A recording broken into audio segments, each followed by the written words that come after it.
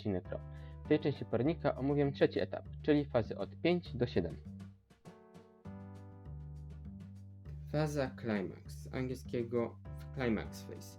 W tej fazie zagrywamy z ręki karty Climax na pole Climax. Zacznę od omówienia kosztu. Jedynym kosztem dla tej karty jest jej kolor, czyli potrzebujemy albo na polu poziom, albo na polu czas odpowiedniego koloru karty, żeby zagrać daną kartę Climax. Ja tu potrzebuję niebieskiego koloru i zarówno tu, jak i tu mamy niebieski kolor, czyli warunek został spełniony. I tak, karta Climax posiada efekt dla całej naszych postaci, dla wszystkich naszych postaci. I tak, dla Lami ten efekt jest taki, że dla każdej postaci dostajemy 1000 punktów siły bojowej i dodatkowy 1 obrażeń duszy.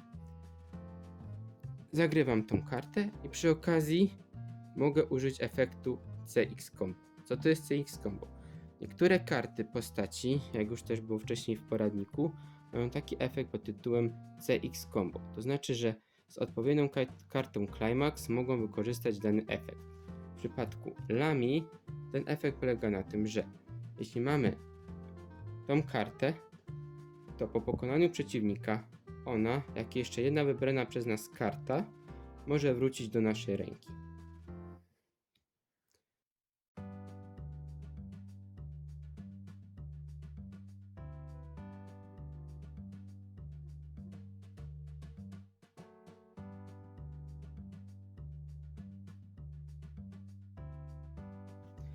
Następna jest faza ataku, z angielskiego Attack Phase. Nie mamy do wyboru 3 możliwe ataki. Pierwszy to jest bezpośredni atak, jest tylko możliwy, gdy nie mamy innej postaci przed sobą, tak jak to jest w tym wypadku. W innych przypadkach, jak mamy pod sobą postać, mamy do wyboru 2 ataki. Atak niebezpośredni i atak frontalny. Mówię teraz atak frontalny. Co to jest atak frontalny? To jest wtedy, kiedy moja postać mierzy się bezpośrednio z postacią przeciwnika. Ten atak mogę zastosować jedynie dla Lami i dla Nene, ponieważ mają swoich przeciwników. Ja muszę najpierw wybrać postać, którą tym atakiem zaatakuję, i ja wybieram, że to będzie Lami. Rozpocznie atak. I tak, obracam ją o 90 stopni. Deklaruję, że atakuję frontalnie Tołę.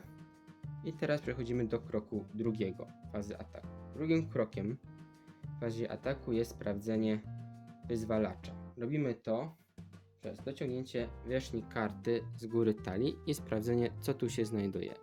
Tu jest akurat pusta ikona, czyli nic się nie dzieje. To następnie tą kartę odkładam do polu zasobów niepoczekalni. Trzecim krokiem jest odpowiedź przeciwnika. I tu przeciwnik może, nie musi zagrać kartę, które mają ikonę kontry. I tak, CX Combo. Nie CX Combo, tylko Backup 3000. Poziom drugi. Przeciwnik ma poziom drugi, tu nie widać, ale mówię, że tak, jest to poziom drugi. Muszę zapłacić 1 kosztu ze stosu zasobów. Opłacam, jak tu możecie zobaczyć. I trzeci i ostatnim krokiem jest, ta karta ma się znaleźć też w poczekalni. I wybieram kartę, która dostaje 3000 dodatkowych punktów siły i jest to Toła. Czwartym krokiem jest zadawanie obrażeń. Obrażenia przeciwnikowi zadaje się za pomocą punktów duszy. W zależności ile ich mamy, tyle zadajemy obrażeń. Tutaj Lami ma 1 punkt, plus dodatkowy punkt mamy akurat jeszcze z karty Climax, czyli łącznie 2 obrażenia. I tak, przeciwnik ciągnie 2 karty. Nie 2 karty. Najpierw jedną i sprawdza, co jest pod nią. Jeśli nam się trafi od razu karta Climax, to wszystkie obrażenia zostają anulowane. Czyli już nic potem nie dociągamy. Pierwsza była Climax, czyli ją odkładamy na pole zasobów. Jeśli by się pojawiła jako druga karta, to wszystkie karty trafiłyby do poczekalni i obrażenia zostałyby anulowane. Piątym krokiem jest walka postaci.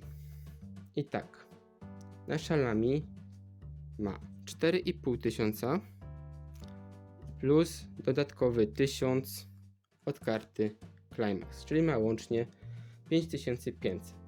Toła natomiast ma tak, plus 2000, bo ma pod sobą kartę, czyli już ma 4000, plus 3000 od karty wsparcia, czyli łącznie ma 7000. Ta postać jest silniejsza od tej, czyli ta przegrała, czyli jest odwrócona do góry nogami. I teraz, jak się zakończyła 5. krok, to możemy decydować, czy dalej atakujemy, czy przechodzimy do kroku 6.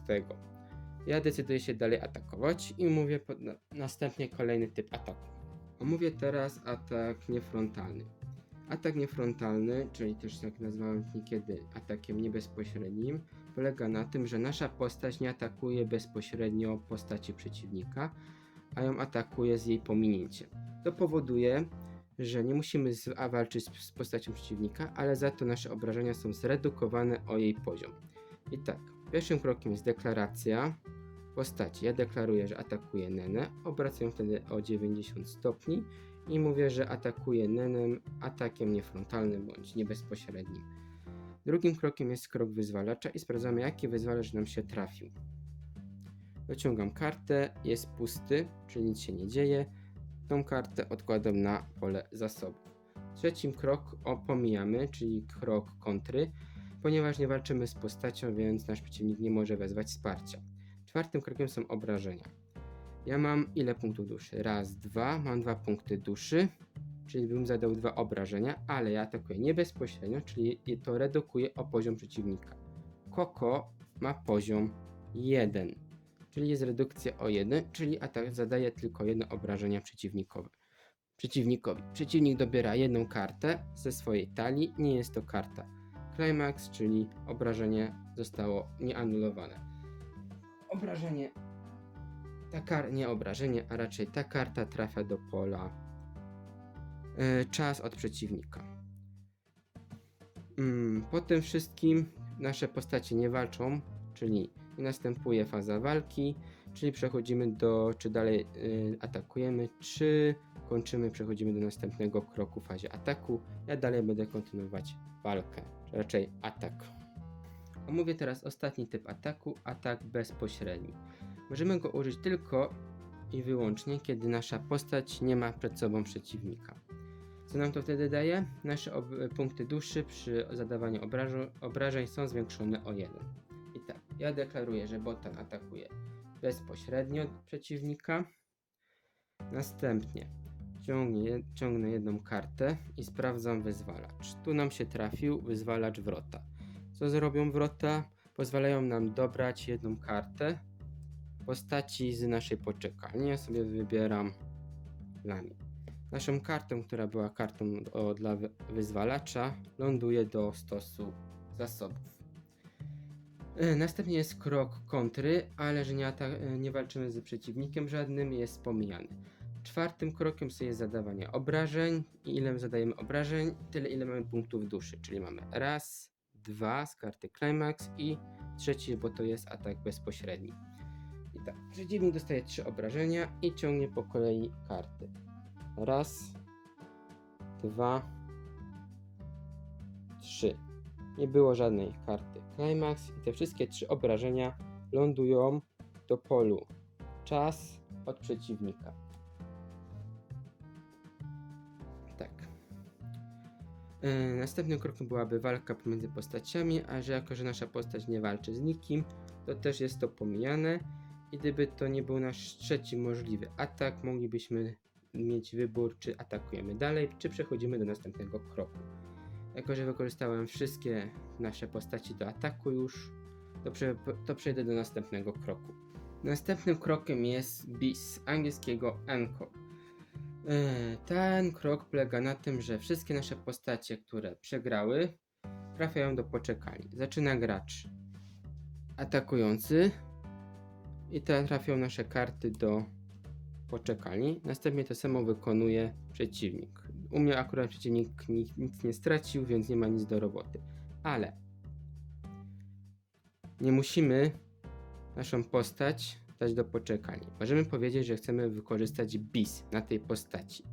Mówimy wtedy bis i płacimy 3 karty ze zasobów, żeby ta karta dalej była na naszej planszy, ale w pozycji odpoczynku.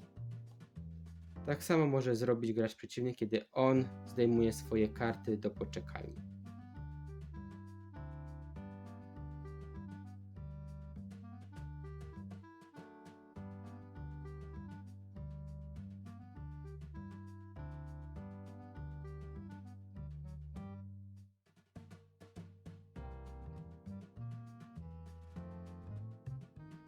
Teraz omówię ostatnią fazę, czyli fazę zakończenia, czyli end phase. Na czym ona polega? Polega ogólnie na posprzątaniu wszystkiego z naszej tury. Czyli tak. Wszystkie karty, czyli moja karta Climax, która została zadeklarowana, ląduje do poczekalni. Potem sprawdzamy, czy moja liczba kart nie przekracza 7. Jak mam 8 bądź więcej kart, wtedy nadmiarowe karty lądują do poczekalni. I ostatnim krokiem jest to zdolność do końca tej tury. Wszystkie zdolności, które miały trwać do końca tej tury, tutaj się zakończają i już nie działają. Następnie jest kolej przeciwnika, który zaczyna znów od fazy stand phase, czyli fazy gotowości.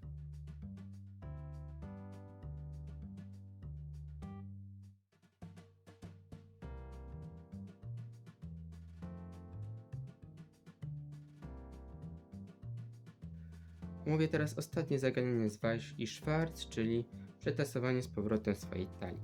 Weiss i Schwarz, jak też było w wcześniejszych materiałach, kiedy nam się talia skończy, my ją po prostu przewijamy z powrotem.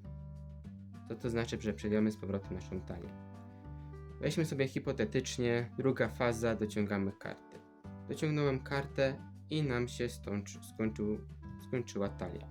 W takim wypadku bierzemy karty ze stosu kart poczekalni, tasujemy je.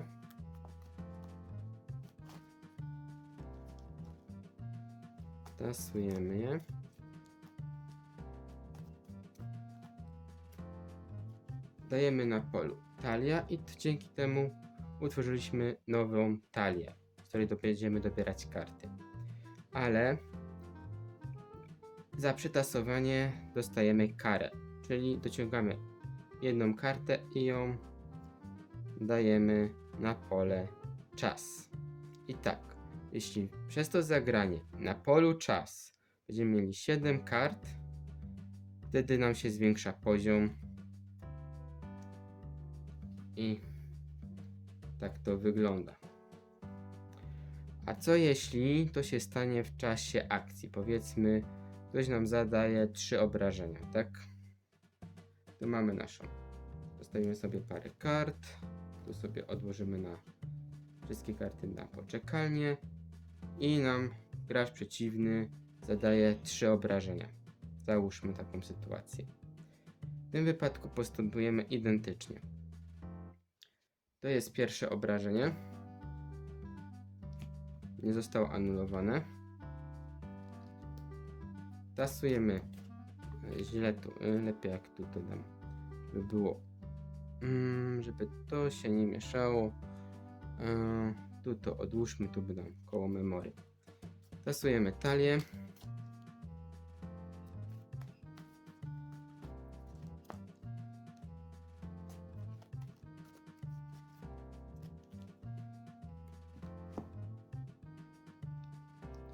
Kara. I kontynuujemy naszą akcję. Mieliśmy dostać 3 obrażenia, czyli jeszcze raz i 2. Nie ma Climax karty, czyli wszystkie nam wchodzą. Dobra, ale jakby ktoś mi teraz zarzucił, że w jego instrukcji jest inaczej. Prawdę powiedziawszy, ta zasada została zmieniona chyba około rok temu, nie pamiętam dokładnej daty. I wcześniej było tak, to sobie cofnijmy, że nie dostajemy obrażenia, tylko kontynuujemy akcję. 3 obrażenia dostaliśmy i dopiero po zakończeniu naszej przerwanej akcji nakładaliśmy karę za przetasowanie.